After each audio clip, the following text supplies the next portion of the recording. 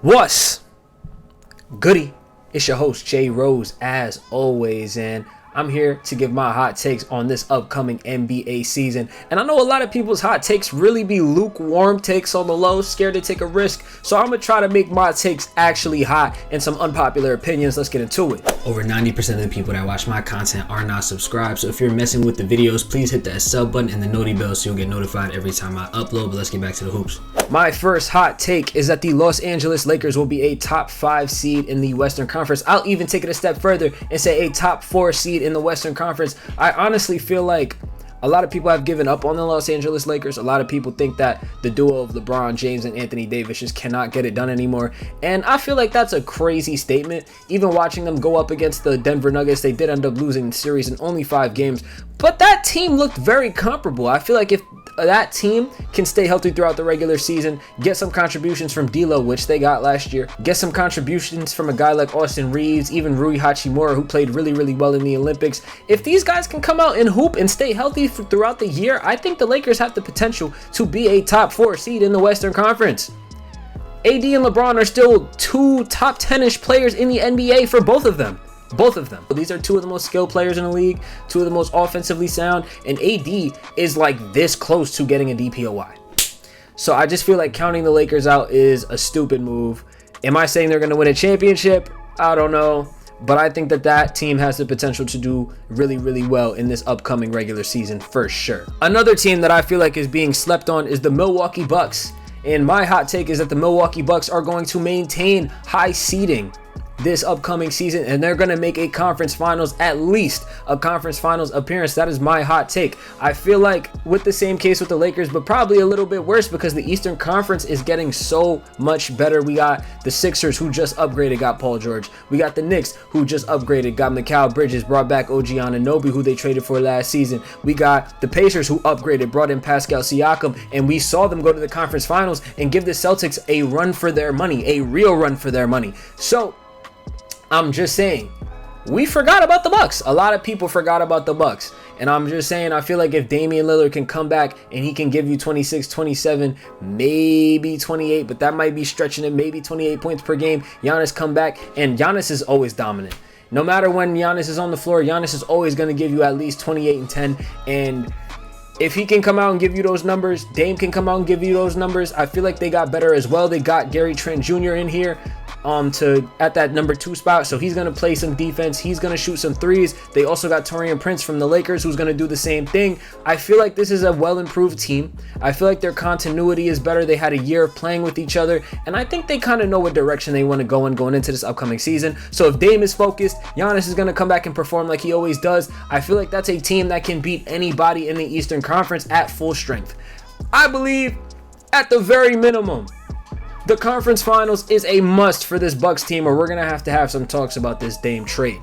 Respectfully, I think this Bucks team has the potential to be a top 2-3 seed in the East and make a conference finals appearance at the very least. Next up, I can't even say this player is being slept on. I've been seeing a lot of positivity for Ja Morant this offseason. I feel like Ja Morant has the potential to bring the Grizzlies up to a top 5 seed as well, and possibly be top 5 in MVP voting. If the Grizzlies are a top 5 seed, the narrative is there. Obviously, the numbers are going to be there. You saw when Ja came back, that little stretch that they went on before he got hurt, they looked amazing. I would put the clips up on the screen, but the last time I did that, the NBA tried to give me a goddamn copyright strike. But I'm just saying, Ja Morant, if you give him full strength, they're going to bring back Desmond Bane. He should hopefully have a fully healthy season. That's one of the best backcourts in the NBA on the low. They're going to bring back JJJ. They got a lot of improved players on the back end that just got a whole season worth of reps, like Gigi Jackson, Salty Aldama. So I think they're going to come back and really make some noise. They also drafted Zach Edey, which I think might be an underrated pick. I'm not huge on Zach Edey, but I feel like he could fit onto that team really well, especially with the fact that Jaren Jackson Jr. can shoot a little bit now. So that spacing is going to be very decent. Ja Morant is a polarizing, eccentric player. So I think he's going to come in and show y'all that he's still Ja Morant. So he's going to come out. I hope that the Grizzlies can get a decent seed. And if they get a decent seed, I think Ja Morant can most definitely be top 5 in MVP voting for sure. One more hot take. I don't think people are going to like this one at all. I think that the Minnesota Timberwolves are going to take a step back this season. And my reasoning for that is just, I feel like nobody even expected them to have the season that they had. They had a very, very unexpected year. If you go back to the year prior, they were terrible, and people were calling the Rudy Gobert trade one of the worst trades in NBA history, but they made up for it. They were a 56 win team, 57 win team. They made the conference finals.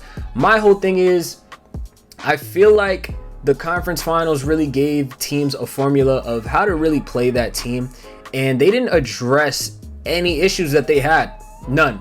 They made minimal changes, and pretty much what Timberwolves fans are banking on going into next season is that Anthony Edwards just takes a big leap.